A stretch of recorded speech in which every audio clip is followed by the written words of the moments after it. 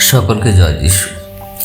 আজকে আমরা ঈশ্বরের সেই বাক্য শুনব যখন আমরা নিজেরা একাকিত্ব মনে করি, যখন আমরা প্রার্থনা করি, যখন আমরা ভাবি আমাদের পাশে কেউ নেই, কিন্তু তা সত্ত্বেও প্রভু যিশু নীরব রয়েছেন। প্রভু কি দেখতে পাচ্ছেন না আমরা কি এরকম কষ্টে রয়েছি? তা সত্ত্বেও আমরা প্রার্থনা করছি, কিন্তু তার কোনো সদুত্তর আমরা প্রভু যিশুর কাছ থেকে পাচ্ছি না। আসুন আজকে আমরা দেখি ঈশ্বর আমাদের সমস্ত প্রার্থনা করা সত্ত্বেও কখন তিনি নীরব থাকেন এবং কেন থাকেন। যখন ঈশ্বর আমাদের প্রতি চুপ থাকেন তখন অনেক সময় মনে হয় তিনি আমাদের প্রার্থনা শুনছেন না বা আমাদের ভুলে গেছেন। কিন্তু বাইবেল শেখায় ঈশ্বরের নীরবতা মানে তিনি অনুপস্থিত নন, বরং তিনি কাজ করছেন এক ভিন্ন পথে।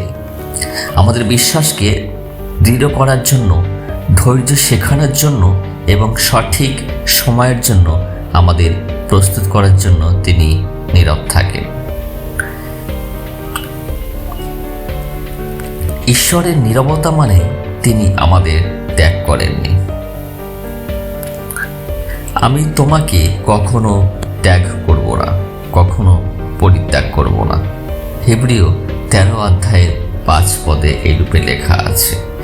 মানে ঈশ্বর চুপ থাকলেও তিনি পাশে আছেন সর্বদা, তার উপস্থিতি সবসময় থাকে, যদিও আমরা অনুভব না করতে পারি।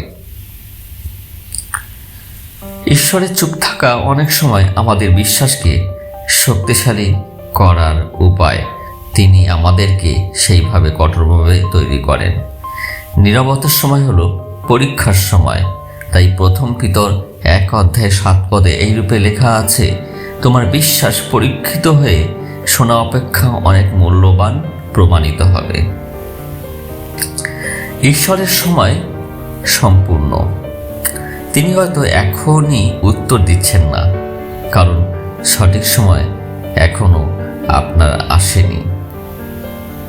তাই উপদেশক 3:1 পদে এই রূপে লেখা আছে, সব কিছুরই একটি নির্দিষ্ট সময় আছে। নীরবতার মধ্যেও প্রার্থনা চালিয়ে যান। যখন ঈশ্বর চুপ থাকেন তখনও প্রার্থনা করা বন্ধ করবেন না, কারণ নীরবতার মধ্যেই ঈশ্বর আমাদের শেখাতে চান। কলসীয় 4 অধ্যায় 2 পদে এই রূপে লেখা আছে, প্রার্থনায় দৃঢ় থাকো, জাগ্রত ও কৃতজ্ঞ থেকো। উদাহরণ হিসাবে যদি আমরা দেখি দাউদ ও যোব, তবুও তিনি ঈশ্বরের উপর আস্থা রেখেছিলেন।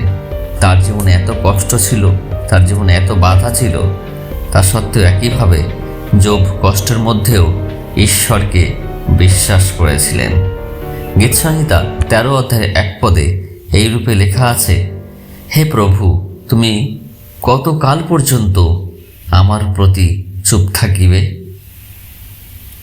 আসুন আজকে আমরা একটি ছোট্ট প্রার্থনা করি। আমরা শিখলাম যে ঈশ্বর যখন নীরব থাকেন তখন আমরা আমাদের জন্য প্রার্থনাটাই তিনি করতে বলছেন এবং তার বাক্যে তার আত্মিক খাদ্য নিতে বলছেন।